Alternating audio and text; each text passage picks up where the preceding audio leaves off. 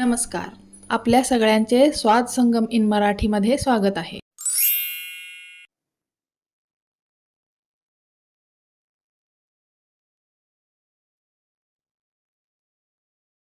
नमस्कार. आज आपण बनवणार आहोत गाठीचं पिठलं, जे बिगर कांद्याचं आणि कमीत कमी मसाले आणि कमीत कमी साहित्य वापरून तयार होणार आहे, जे आपल्या नॉनव्हेजलाही मागं सारतं, म्हणजेच नॉनव्हेजपेक्षा सुद्धा भारी लागतं. चला तर मग बनवूया आपण आपलं गाठीचं पिठलं. हे आहे आपल्या पिठल्यासाठी लागणारं साहित्य. बस एवढ्याच साहित्यात आपण पिठलं बनवणार आहोत. आणि हा जो लसूण आहे ना, ह्याचे आपण याला बारीक कुटून न घेता बारीक याचे तुकडे करणार आहोत. आणि ह्या हिरव्या मिरचीचे पण आपण तुकडे करणार आहोत. हे जे डाळीचं पीठ आहे ना, चणा डाळीचं, ते आता मी एका प्लेटमध्ये काढून घेते. कारण याच वाटीच्या आपल्याला मापानं मोजून प्रमाण पाण्याचं घ्यायचं आहे ना, 2.5 वाटी पाणी आपण घेणार आहोत. म्हणून आता हे एका प्लेटमध्ये मी काढून घेते.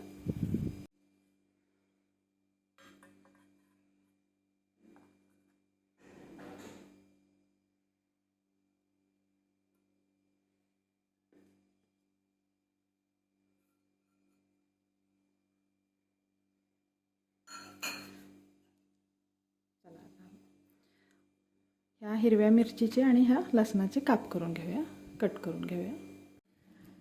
आता आपण इथं चवीपुरती हळद, मीठ आणि जिरे घेतलेले आहेत. आणि ह्या हिरव्या मिरच्या आणि लसूण कट करून घेतलेला आहे. चला आपण फोडणी टाकूया. आता यात आपण तेल टाकूया. या पिठल्याला आपण कांदा अजिबात घालणार नाही आहोत आणि बाकीचा कुठला मसाला पण नाही घालणार. फक्त हिरवी मिरची आणि लसूण, कोथिंबीर एवढंच आपण घालणार आहोत. तेलाचं प्रमाण थोडंसं जास्त ठेवायचं आहे याला.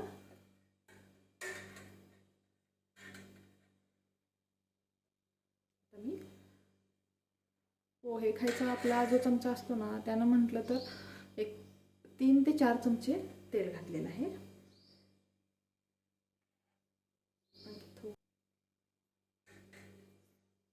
आणि फोडणी देताना कोणत्या पण पदार्थाला नेहमी गॅसची फ्लेम मीडियम टू लो मध्ये ठेवायची.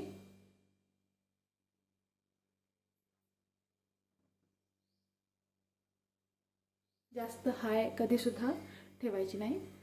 आता आपण यात जिरे टाकूया. अतिशय कमी साहित्यात आणि अतिशय चवीला छान असं तयार होणारं पिठलं आहे आपलं. आणि खरंच सांगायचं झालं तर ना, आपल्या नॉनव्हेजपेक्षा सुद्धा चवीला छान होतं असं केलेलं पिठलं. एकदा ट्राय करा आणि मला कमेंटमध्ये नक्की कळवा, तुम्हाला मी सांगितलेलं बरोबर आहे की नाही ते. खूप छान होतं आणि अतिशय साधी, सोपी आणि पटकन होणारी ही रेसिपी आहे गाठीचं पिठलं. आणि खूप छान आणि अतिशय कमी साहित्यात ही तयार होते. त्यामुळं नक्की आवडते मला तर. आमच्या घरी तर सगळ्यांना आवडते, पण मला पण माझी फेवरेट आहे. कारण एकतर वेळ कमी, साहित्य कमी तिला तयार होण्यासाठी, आणि आपल्याला पर्यायानं कष्ट पण कमीच पडतं तसं, पण चवीला पण खूप छान असते. आता आपले जिरे तडतडलेले आहेत. आता आपण यामध्ये लसूण घालूया.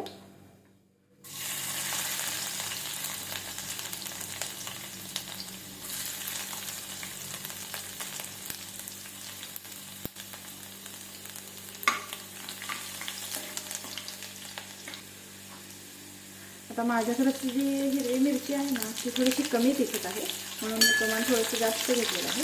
तुम्ही चवीनुसार, आवडीनुसार हिरवी मिरचीचं प्रमाण कमी जास्तच करू शकता. आणि मिरची अशी थोडीशी मोठी चिरली ना, म्हणजे लहान मुलं वगैरे जर घरी खाणार असतील तर त्यांना काढून खाता येतं. म्हणून मिरचीचं जे काप केले जातात ना, ते थोडेसे मोठे ठेवायचे नेहमी. असं पिठलं बनवताना.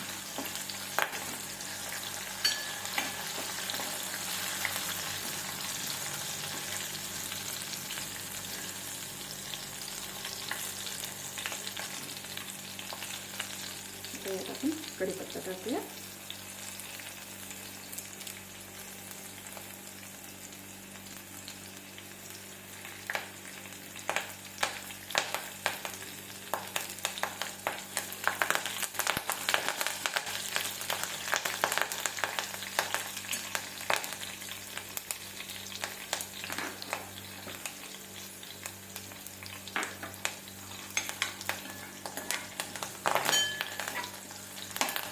अतिशय व्यवस्थित पद्धतीने फोडणी द्यायची याला. लो टू मिडियम गॅसवर. आणि आता आपण कोथिंबीर टाकणार आहोत.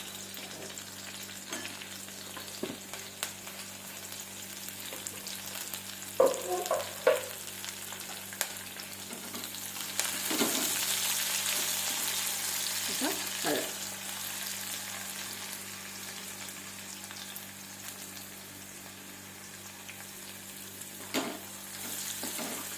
हळद टाकली की लगेच पाणी ओतायचं. हळद करपू शकते ना लगेच. त्या मगाशीच्या आपल्या पीठ मोजलेल्या त्याच वाटीने 2.5 वाटी पाणी ओतायचं.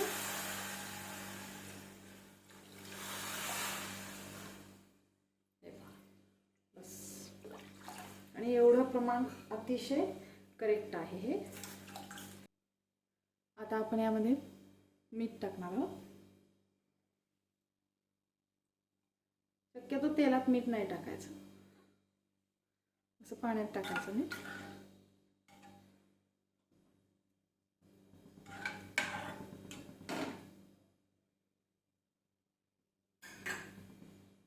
आता याला चांगली खळखळून उकळी येऊ द्यायची आपण. आणि मगच आपण हे पीठ टाकणार आहोत. ते पाणी उकळल्यानंतरच आपल्याला पीठ त्यात वैरायचं आहे. त्याशिवाय वैरलं तर ते तसं व्यवस्थित होणार नाही पिठलं. आणि अतिशय चवीला छान होणारं हे पिठलं आहे. आणि यात कांद्याची गरजही तुम्ही खाऊन जेव्हा बघाल तेव्हा तुम्हाला समजेल की यात कांद्याची आपल्याला गरजच नाही. कांद्याचं पण छान लागतं पिठलं, नाही असं नाही, पण या पिठल्याची चवच वेगळी आहे. हे बघा आता आपलं पाणी हे जे मसाल्याचं आपण तयार केलेलं आहे ना ते कसं खळखळून उकळलेलं आहे बघा. आता गॅसची फ्लेम ना, आता गॅसची जी फ्लेम आहे ना ती मीडियम टू लोच्या मध्ये ठेवायची. आणि आता काय करायचं, हे जे पीठ आहे ना त्यातलं हाताने थोडं थोडंसं घ्यायचं असं. आणि आपण असं याला वळायचं असं.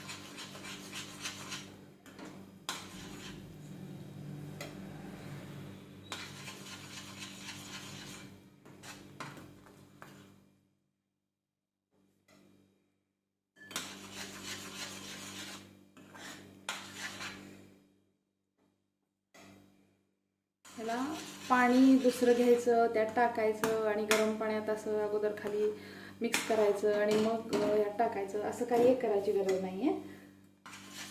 पिठलं शिजल्यावर मग तुम्ही बघा हे किती सुंदर दिसायला पण दिसतं आणि ते बघूनच खाऊ वाटतं. आता थोडं राहिलं म्हणून मी हे असंच टाकते.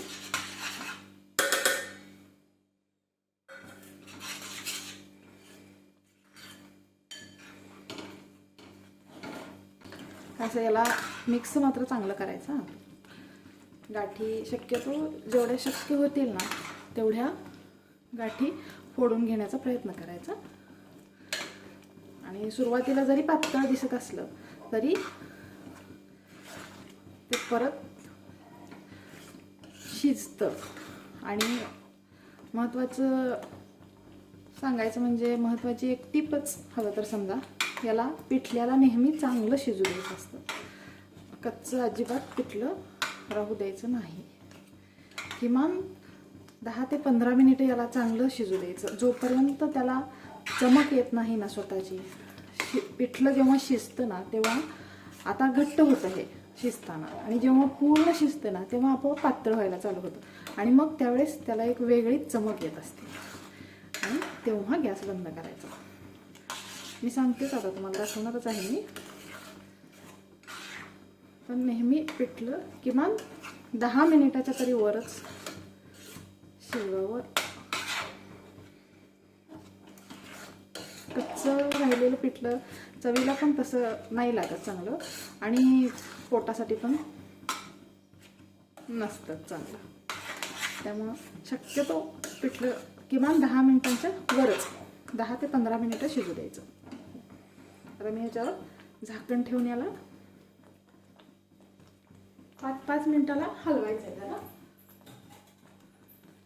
1-5 मिनिट झाली की परत आपल्याला त्याला थोडंसं असं मिक्स करायचं आणि परत झाकून द्यायचं. असं करायचं आहे. चला आता 5 मिनिट झालेले आहेत. हे पहा.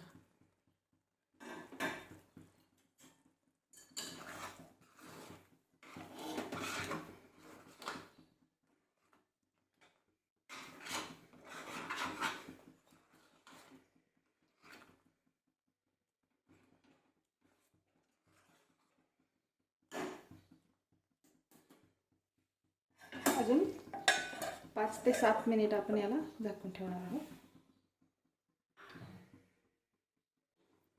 आता 5 मिनिट झालेले आहेत. आपण अजून एकदा बघूया.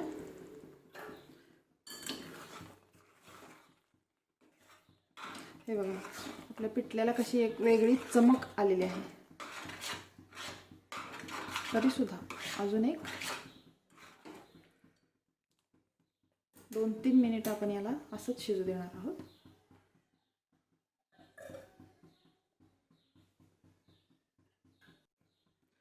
चला आता आपलं पिठलं रेडी आहे.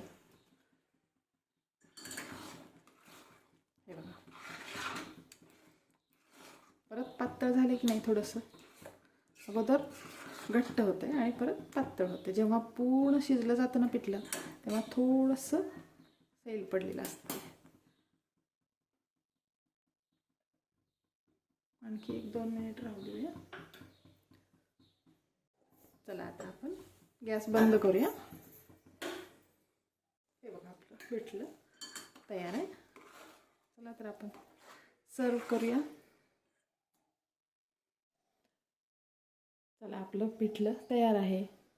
की नाही एकदम भन्नाट रेसिपी, एकदम भारी, पटकन होणारी आणि अतिशय चवीला छान लागणारी. एकदा नक्की ट्राय करा आणि मला कमेंटमध्ये सांगा. अतिशय सोपी आणि चवीला खूप छान लागणारी अशी रेसिपी आहे ही. एकदा ट्राय करा. चला आपण बेत करूया आपल्या पिठलं आणि भाकरीचा. चला तर मग तयार आहे आपलं पिठलं भाकरी आणि आपला कांद्याचा बेत. खूप छान लागतं हे पिठलं. एकदा करून खाऊन मला कमेंटमध्ये नक्की कळवा. एकदा नक्की बनवा ह्या पद्धतीचं पिठलं बिगर कांद्याचं. कशी वाटली रेसिपी आवडली असेल तर व्हिडिओला लाईक करा, चॅनलला सबस्क्राईब करा आणि बेल आयकॉनला क्लिक करा. थँक्यू.